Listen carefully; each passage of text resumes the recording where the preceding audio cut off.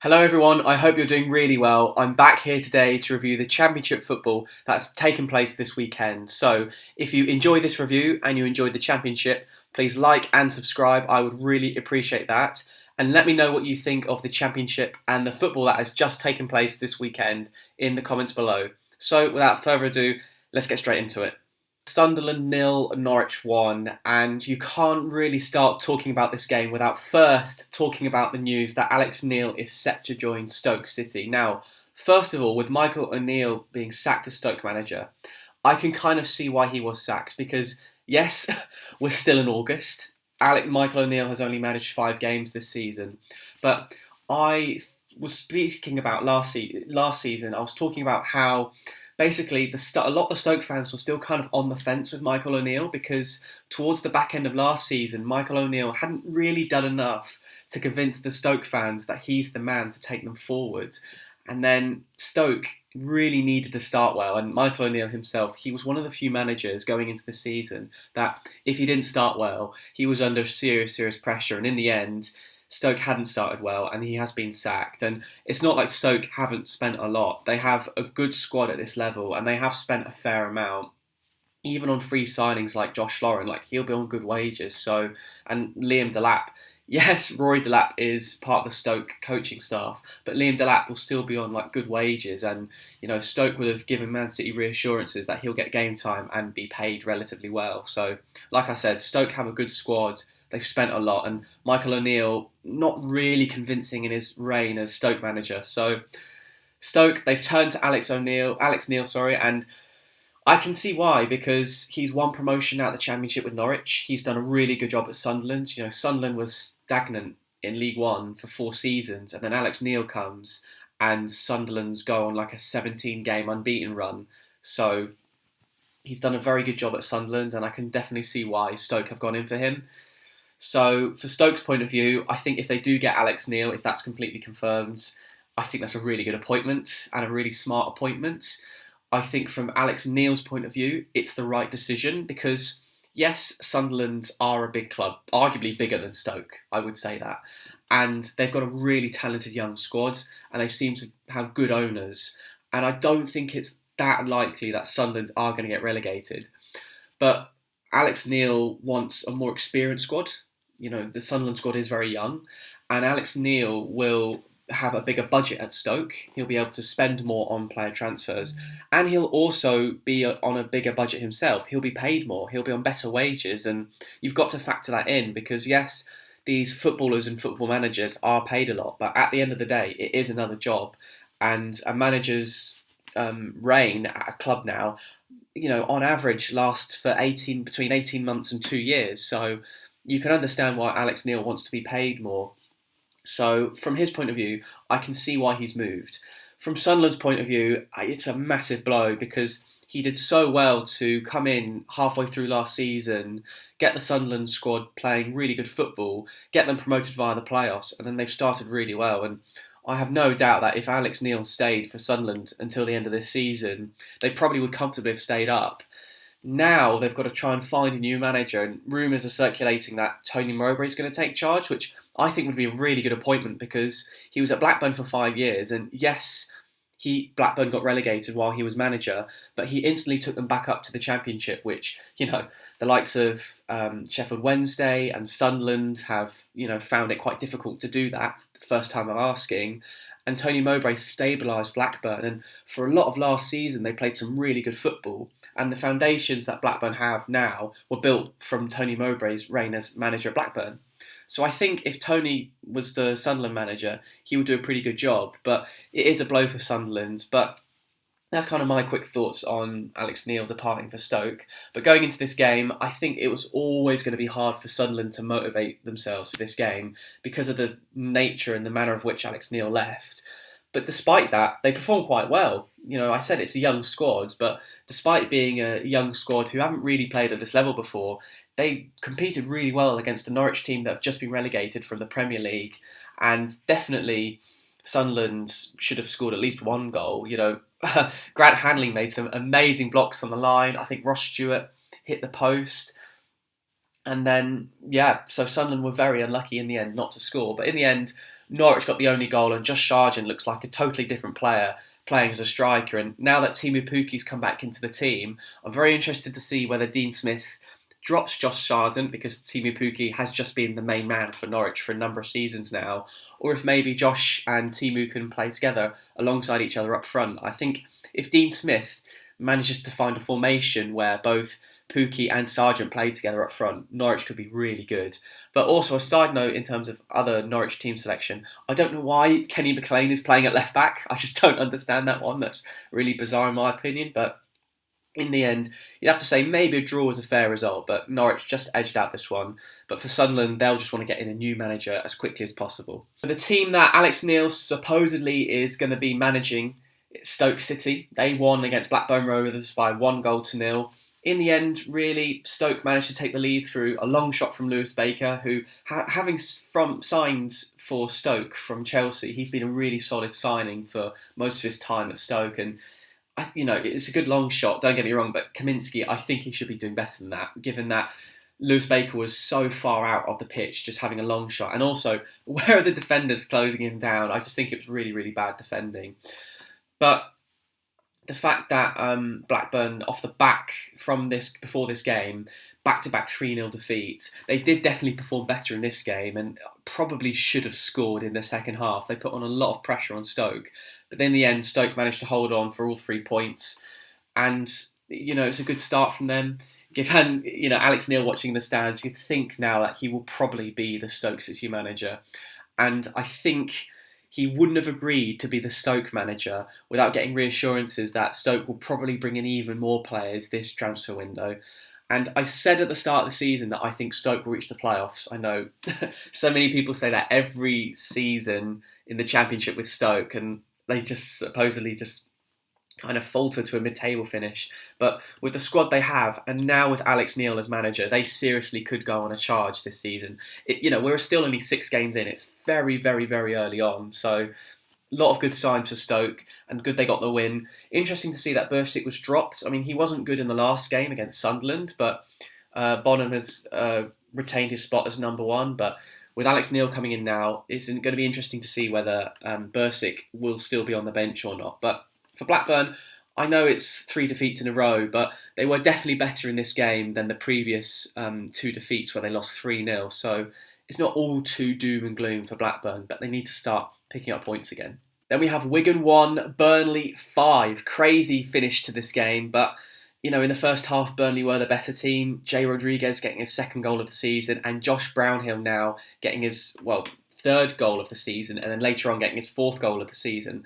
For Brownhill, he now has 4 goals in 5 games. I think whether Burnley get promoted or not, I think Josh Brownhill is going to have a great time in the Championship. He's going to, really enjoy playing in a more advanced role and getting more goals and assists. But in the end, you would say Burnley were the better team, although they gave Wigan a lifeline. That's now back-to-back games where Burnley just gifting the opposition chances to score. Muric, what is he doing? He just looks reckless when he came out for that ball. Definitely a foul on the Wigan player for a penalty, and then Wilkins scores to make it 2-1. And certainly Burnley do look shaky defensively, but you got to remember that obviously for so long in the Sean Dyche reign, when he was manager, Burnley were playing that conservative style of football, and now Vincent Kompany's the manager. They've completely trying to change their style of football.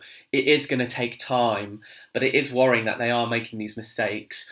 Having said that though, unlike the previous game against Blackpool, this wasn't too costly, where Burnley in the end, the attacking players just made the difference. Nathan Tella starting his Burnley career really well, now getting his 3rd goal in the league for Burnley. Really nice finish from him.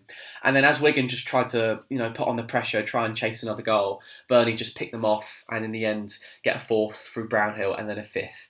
So Burnley would say were the better team, they edged it. I just think it helped that they were, 3-1 up and they had clinical finishes like Rodriguez and Tella and even Brownhill to an extent.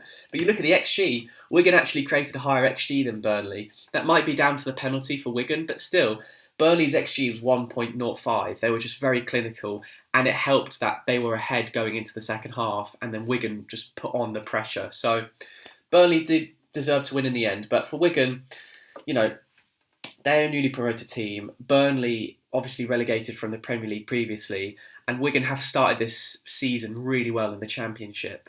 They've picked up some good points. They've played some good, difficult teams like Burnley, and played relatively well. So it's going to be kind of difficult to call actually who's going to go down or not. I don't think at the moment there are too many obvious candidates for relegation, apart from maybe one team that I'll get onto later. But in the end, I don't think Wigan can be too disappointed with their performance. Then we have Blackpool 3, Bristol City 3, a very, very entertaining game at Blackpool. Bristol City, disappointing from them in a way, because in the previous two games, they looked really good defensively, and that was kind of the big question going into the season. We know they've got some really good attacking players, but could they improve defensively? But that was not the case in today's game. So many defensive errors from both teams, but Bristol City particularly, I thought, looked really poor defensively. Having said that, though, they've always been good going forward with the likes of Semenyo and Vyman and Martin. But in Conway, they've got another really good player going forwards. One of their own for Bristol City. He just looks like he has goals. Very, very, good, potentially good player at this level. Can score different types of goals, and he scored a really nice goal on Saturday. So that's a big positive for Bristol City. The manner of which, they were 3-2 up going into the 90th minute. A massive mistake from the Bristol City defence to let Blackpool equalise to make it 3-3.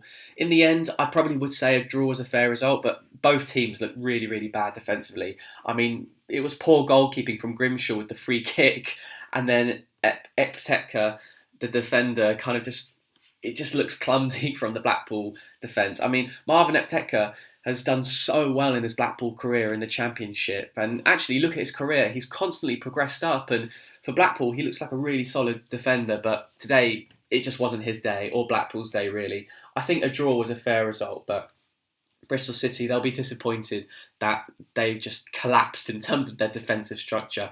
But it was the first game that Bristol City went behind, so the fact they came back to almost win the game is, relatively impressive from their point of view. Then we have Watford 2, QPR 3, a really good result for QPR. Going into this game, I think QPR, they wanted to bounce back from their maybe disappointing draw at home against Rotherham, while for Watford, I mean, all the noise was around about the fact that whether Pedro and Sarr would both leave. It looks like they're both going to stay now, because Sarr, I don't think he had a medical at Aston Villa, but Aston Villa decided not to buy him in the end. While for Pedro, Newcastle put in one bid of, I think, £20 million plus £5 million add-on, which, in my opinion, is a really, really low value for him. I think João Pedro is a fantastic player, and I think he could be the Championship Player of the Year. That's how highly I rate him. So, in the end, it kind of does look like they're both going to stay now. I think it's going to take an astronomical bid from both of them to both leave. But even one of them leaving, I just can't see that happening. And looking at the last game where Watford drew against Preston, they just looked so lacklustre up front. I mean, Asprilla, he looks like a really promising young player, but aside from him, Watford desperately needed to keep both of Pedro and Sarr, and Watford definitely did look better going forward. And it's proven with the stats. João Pedro, an amazing assist for the first goal, and then he scored the second goal. And arguably, he should have had another goal where he chipped Seny Dieng from 35 yards out and it hit the post. So Watford actually could have scored a few more goals. But like I said, they definitely look better going forward with Pedro and Sarr in the team. From QPR's point of view, they were lucky, yes, with the first goal, but their other two goals were really nice. Really good combination play with the wing-backs, especially Ethan Laird, to cut back into the penalty spot. Good finishes from the QPR players, and like I said, talked about previously before, Willock, I think, could be one of the best Championship players this season, and I definitely think, if not next season, the season after, he could be ready and playing regularly in the Premier League. That's how highly I think of Willock.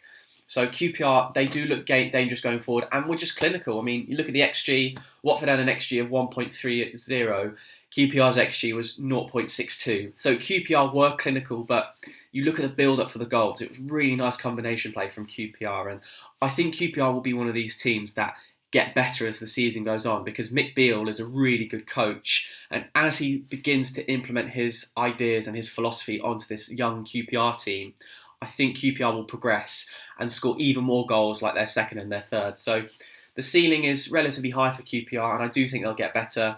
For Watford, yes, disappointing they lost, but with Pedro and Sarr back in the team, I think Watford fans will just want it to be September. So it's confirmed that both Pedro and Sarr will stay at least till January. And I think if that does happen, Watford will definitely progress and they'll win more games for sure. Huddersfield 2, West Brom 2, and it was really the Tino Anjorin and Jed Wallace show, wasn't it? I mean, both of them scoring 2 goals each in this game. Tino's first goal was amazing. I definitely think it was a shot because of the angle of which the ball whipped into the top corner. Fantastic goal from him. Huddersfield going 2-0 up, very good from them, but West Brom's ability to react to that and fight back was really impressive. You look at the XG, again, another game where West Brom dominate the XG battle. Huddersfield had an XG of 0.78, West Brom's was 2.56. So West Brom definitely creating the better of the chances, arguably should have won the game. Really nice goals from Jed Wallace, and then in the second half, you can't not talk about that penalty decision. Now, I don't like giving the referees and the linesmen stick because they get enough as it is, and there's always going to be controversy in terms of decisions being made, and I don't want to see VAR in the Championship, but it was a really, really, really bad decision from the ref. I don't know how West Brom didn't get a penalty in the second half. Yeah, West Brom definitely should have had a penalty, and then you'd imagine Jed Wallace would have taken it and probably scored. So Wallace can feel a bit hard done by that. He didn't get the hat-trick and the 3 points for West Brom. But in the end, again, it's another game where West Brom can be proud of their performance. They played really well, and one of two things are going to happen. Either West Brom are going to keep putting in these performances in and then start to get the wins, because you can't create that many chances in each game and not win. So either West Brom will start winning games or they'll stop creating chances. But I think it'll be the former, because, as long as Swift, Grady Diangana and Wallace keep playing, I mean, that's an excellent front three for West Brom. And if Daryl DK can come back into the team from his injury, he's a really good finisher at this level. So West Brom, they've got a lot to look forward to, similar to QPR. For Huddersfield, yes, they'll be disappointed that after being 2-0 up at home, they didn't win. But they had Hogg and Lees out injured. So, it wasn't their complete full 11, and West Brom are one of the better teams in the Championship. And they've certainly, in terms of performances at the very least, been one of the better teams in the Championship. Then we have Middlesbrough 2, Swansea 1. Finally, Middlesbrough get their first win of the season, and for so many games this season, Middlesbrough have been putting in the performances. I think the Reading game was an anomaly because they weren't that great, but in this game they were very good, especially in the first half. Going 2-0 up in quick succession, it could have been 3 or 4. That would be the only frustrating thing from Borough's point of view. So they got into the second half and then managed to see it out, really. 2-1 victory, relatively comfortable from them. And I think Chris Wilder would be pleased with the performance and potentially more signings to come from Middlesbrough. Muniz, I think he started on the bench, so I'm sure he'll get game time for Middlesbrough, and I think that is a really good signing. So it'll be interesting to see if Middlesbrough can bring in more players, but I don't think they need that many more signings because I think their squad's pretty good as it is already. They just needed to be consistent with their performances, and then eventually the wins will come. Similar to West Brom in a way, because both West Brom and Middlesbrough have put in good performances. They just haven't got the wins. But I think as the season goes on, both these teams will start to pick up points and will be right up there in terms of the top of the Championship. From Swansea's point of view, though, really not good. They did well to come back, and Russell Martin reacted by bringing off Congreve.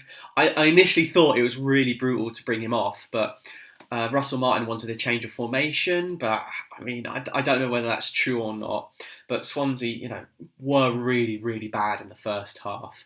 And Ben Cabango, especially for the first goal, looks apoplectic, so angry. And maybe he took that anger out in the second half where Isaiah Jones was basically taking the piss, and then Ben Cabango just shoves him over. I can understand if he did that and he wasn't on a yellow card, but the fact he was on a yellow card, that was pretty stupid from Ben's point of view. So he's going to miss the next game. And for Swansea, like I said, they were really, really bad in the first half. They reacted well and, made it 2-1, but in the end, they definitely deserve to lose. And you look at their season so far, yes, they got a win against Blackpool away, but they scored late on. But really, is that Millwall game at home the turning point? 2-0 up comfortably, somehow scoring 2 own goals to draw 2-2, but feels like a loss. Then they put in a really shoddy performance at home against Luton. Luton are a good team, especially away from home, but still, the manner of which Swansea lost that game was really bad. and the manner of which Swansea lost the Rovers game 3-0 at home was really, really bad. So Russell Martin's got a lot of work to do on his hands. I still think he's a really good fit for Swansea and their style of football and their philosophy as a club. It matches Russell Martin. But I do think Swansea need to bring in more players, certainly more experienced players, because it's all well and good having young players in your team, but you do need that experience. That helps so much, especially in the Championship. So I think Russell Martin, I mean, especially defensively, they look so bad defensively. So Russell Martin needs to really understand how he's going to set his teams up defensively. And I think, in my opinion, bring in more experienced players for the Swansea team. Then we have Millwall 0, Reading 1. Who would have thought that Reading would be top of the league after 6 games? I mean, yes, it's still August, yet we've still got 40 games to go. But I mean, for Reading, a phenomenal start from them. Let's talk about them first. Going into this game, Naby Sarr finally confirmed a Reading player. He'd been training with the club for a month, but they couldn't get the paperwork sorted because Reading needed to ship players out first. They got rid of Puskas, who's gone to Genoa on loan, but he's basically gone. So Naby Sarr, that meant he could play and sign for the club. And he scored within the first, 20-odd minutes. A really good header from him to make it 1-0. And actually, Reading were the better team. You know, even in the second half, as Millwall were piling on the pressure, Hendrick and Long, I mean, I can't believe Reading didn't score from either of those attacks. Hendrick, I mean, it's a good save from Bart, but really Hendrick should be doing better.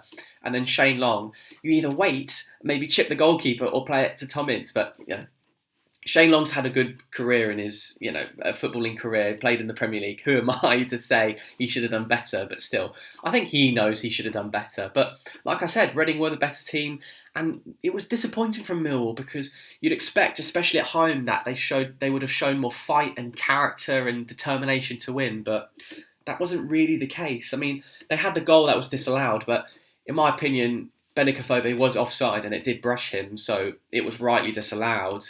And apart from that, Millwall they look sluggish. But from Reading's point of view, to lose 4-0 away against Rotherham and the manner of which they did, to then beat Blackburn 3-0, fight against Borough defensively and win 1-0, and then win 1-0 again against Millwall, and then maybe could have been 2 or 3-0.